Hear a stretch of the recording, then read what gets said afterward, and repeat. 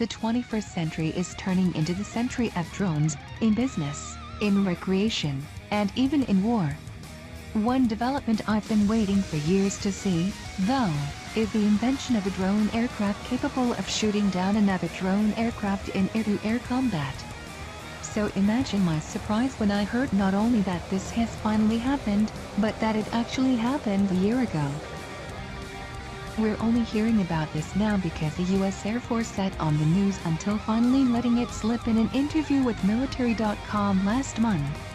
In that interview, Military.com reported that last November a General Atomics MQ-9 Reaper drone, operating in a controlled environment, successfully used a heat-seeking air-to-air missile to shoot down a small, aerial vehicle, the first time such an engagement is known to have taken place, even in testing.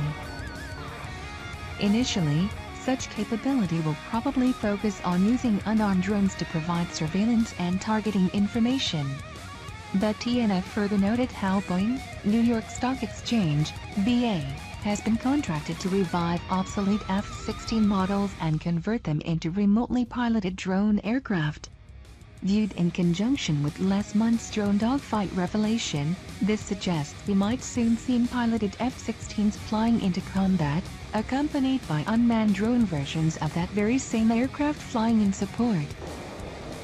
The first piece off of Boeing's role as a converter of older fighter jets into modern drone aircraft. The MQ-9 Reaper that shot down a drone last year is a marvel of engineering, and its success promises to yield additional revenue for the Reaper's maker, General Atomics, as the Air Force works to further develop this capability. That being said, the top speed on a Reaper is just 300 miles per hour, versus a top speed of better than Mach 2 for Lockheed Martin's. GA's Reaper may perform well against other drones in its class. But in any dogfight between a propeller-driven Reaper and a modern jet fighter, piloted or otherwise, the Reaper is going down, and fast.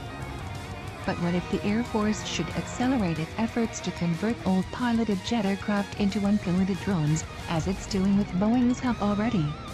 The Air Force's airplane boneyard at Davis-Monthan Air Force Base in Tucson, Arizona is currently home to some 4,400 mothballed military aircraft, nearly as many planes as our entire active-duty Air Force boasts already. Should the repurposing of formerly piloted aircraft as unpiloted drones become a trend, America effectively has an entire second Air Force sitting out there in the desert waiting to be overhauled and reactivated. That's a huge potential revenue stream for companies like Boeing and Lockheed that could do the work. A second possibility to consider, though, is that the Air Force might prefer to develop an entirely new, purpose-built kind of drone jet fighter, one that might be smaller, more maneuverable, and less fuel-hungry than a plane built with the need to contain and sustain a live pilot on board.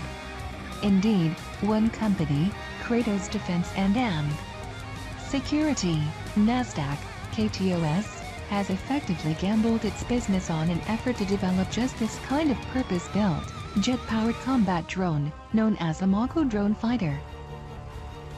Kratos has gained some momentum lately, winning Air Force contracts to develop this and similar drones. If drone dogfighting turns out to be the next big trend in defense, Kratos could win even more contracts and become an ace for investors in the brave new world of drone combat.